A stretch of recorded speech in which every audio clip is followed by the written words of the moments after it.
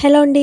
ఈరోజుకైతే ఒక మంచి హ్యాండ్ డిజైన్‌తో అయితే వచ్చేసానండి. పొడవు, వెడల్పు ఒకే విధంగా ఉండేట్టు తీసుకోండి. 15.5, 16.5 దీనికైతే కొంచెం ఎక్కువే పడుతుందండి. ఓకేనా? ఇలా మొత్తం పొడవు, వెడల్పు ఒకేలా ఉండేది తీసుకొని ఫస్ట్ సమోసా ఫోల్డింగ్ అయితే వేయండి. వేసి దాన్ని మళ్ళీ ఇంకొక ఫోల్డింగ్ అయితే వేయండి. గమనించండి నేను ఎలా ఫోల్డింగ్ చేస్తున్నానో. ఒకసారి మళ్ళీ చూపిస్తున్నాను చూడండి. మొత్తం 15, 15 తీసుకొని దాన్ని ఫస్ట్ మిడిల్‌లోకి అయితే ఫోల్డింగ్ వేసి దాన్ని మళ్ళీ మరొక ఫోల్డింగ్ అయితే వేయండి నేను చూపించే విధంగా.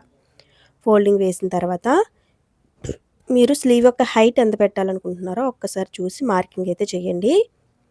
స్లీవ్ యొక్క హైట్ అనేది 3.5, 4 ఇంచెస్ వరకు అయితే సరిపోతుంది. ఇది ఎంత షార్ట్ ఉంటే అంత లుక్ వస్తుందండి. సరేనా? ఒక్కసారి చూడండి. 3.5కి పెట్టేసి కిందేమో ఫస్ట్ హ్యాండ్ లూజ్ పెట్టాను. పైన వచ్చేసి హ్యాండ్ హైట్ పెట్టేసి ఒక 2.5 ఇంచీల వరకు కిందకైతే డౌన్ మార్కింగ్ చేసేసి మీ యొక్క ఆర్మ్ లూజ్ ఎంతైతే ఉందో అంతైతే మార్కింగ్ చేసేసేయండి. మార్కింగ్ చేసేసిన తర్వాత ఒక్కసారి నేను ఏ విధంగా అయితే మార్కింగ్ చేస్తున్నానో అదే విధంగా మార్కింగ్ అయితే చేసేసి మొత్తం కటింగ్ అయితే చేసేసేయండి. దీనికి ఖర్చు అనేది తక్కువే ఉంటుందండి, కానీ మనం అటాచ్ చేసుకోవాలి.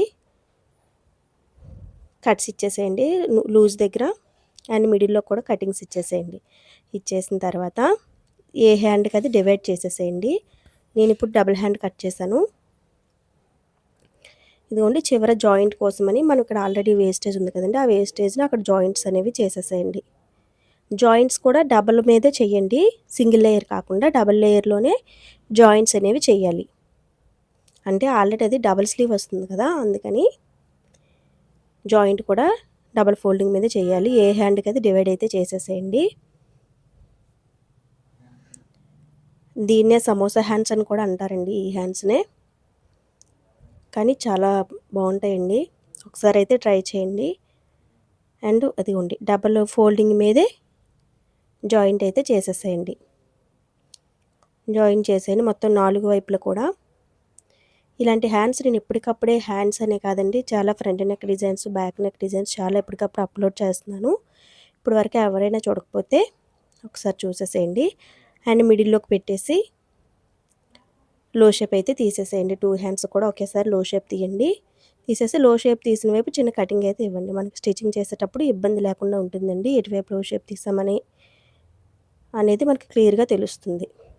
అంటే లో షేప్ ఫ్రంట్ వైపు కదా తీస్తాము, ఇది మిడిల్లోకి పెట్టేసి లో షేప్ అనేది ఫ్రంట్ వైపు పెట్టేసి మిడిల్ నుంచి స్టిచ్ వేయడం అయితే స్టార్ట్ చేసేసేయండి. మొత్తం డబుల్ స్టిచ్ అండ్ ఎడ్జ్ కుట్టు కూడా మొత్తం వేసేసి హ్యాండ్ అయితే జాయిన్ చేసేసండి. ఓకేనండి. నచ్చినట్లయితే మర్చిపోకుండా సబ్స్క్రైబ్ చేయండి, లైక్ చేయండి, కామెంట్ అయితే చేయండి. Thank you.